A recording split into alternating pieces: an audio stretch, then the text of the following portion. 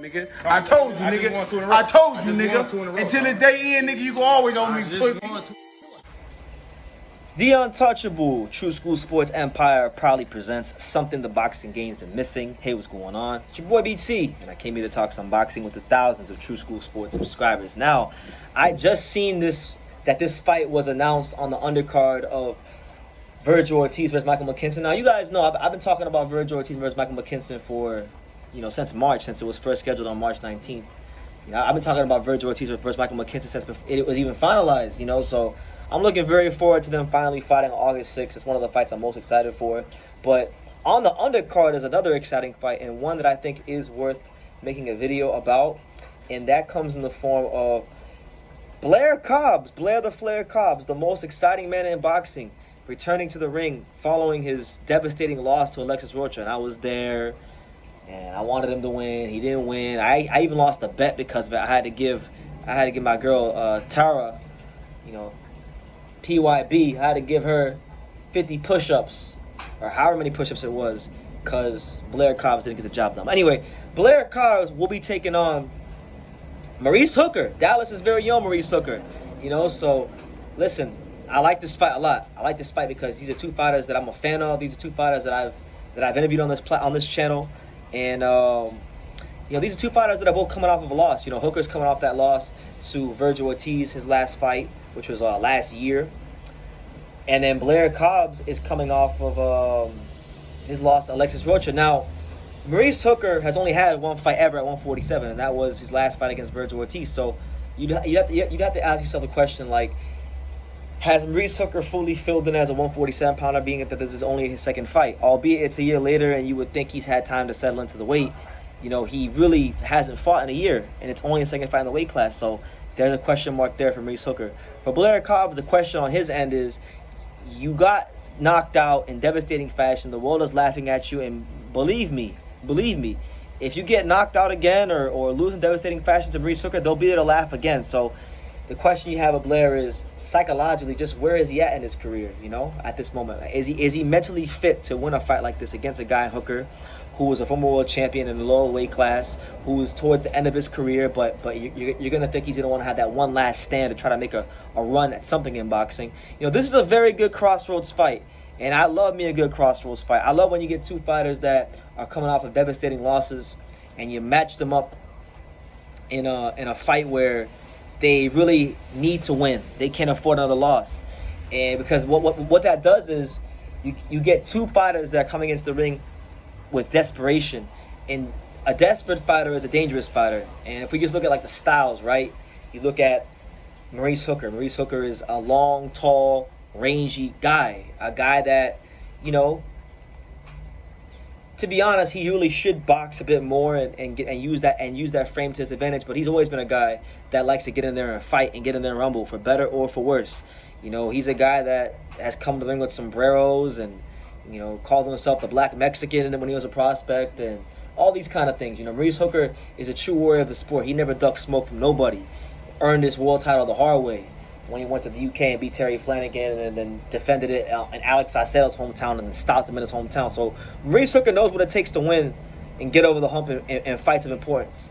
As to where with Blair, I know Blair will say, well, he beat Esteban Villalobos and these kind of guys, Brad Solomon. But truth be told, these were fights that Blair should be winning, and should be winning clearly. I'm not saying those guys weren't tough, but those guys aren't, Terry Flanagan on the road in the UK in a world title fight. It's not fighting Alex Saucedo in his hometown, your first title defense as the B-side, really. So I would give the slight edge to Maurice Hooker only because I feel like he knows how to get over the hump in these kind of fights.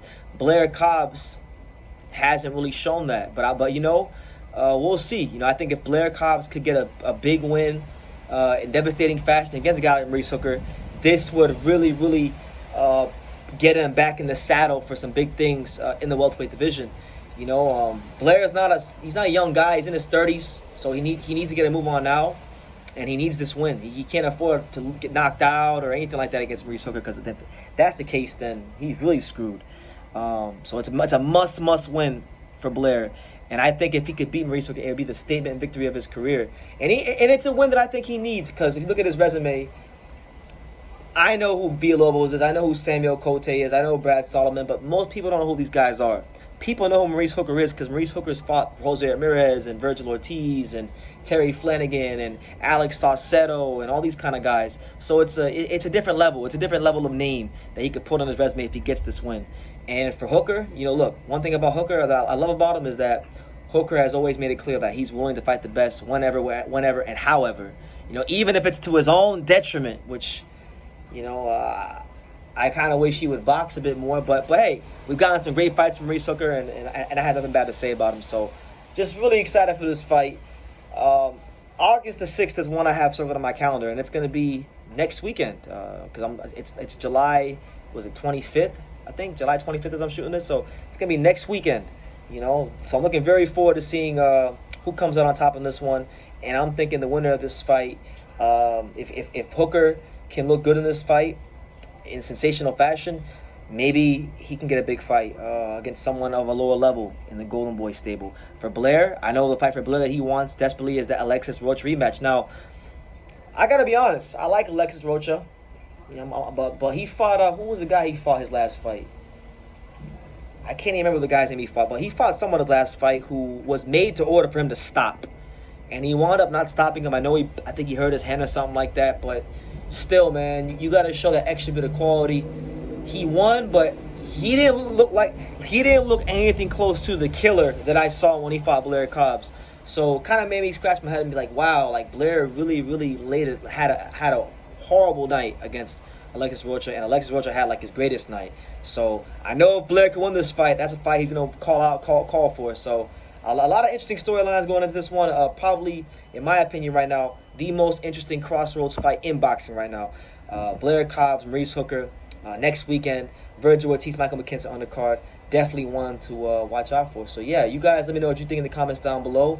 Make sure you guys take the time to subscribe. And like I say in every single one of these videos, you can love me or you can hate me. But I'm just a kid from Dania. So until next time, take care, guys. Thank you for watching True School Sports. No, follow this kid. Oh. You know, he's a true, he's a young, true, passionate person who follows boxing. He wakes up thinking about boxing and he goes to sleep thinking about boxing. This is true. This is good kid, good man, and looking forward to seeing him everywhere in the boxing world. Hey man, if you ain't subscribed to True School Sports, you fucking up, man. Make sure you subscribe, bro. Fucking up big time. Make sure, man.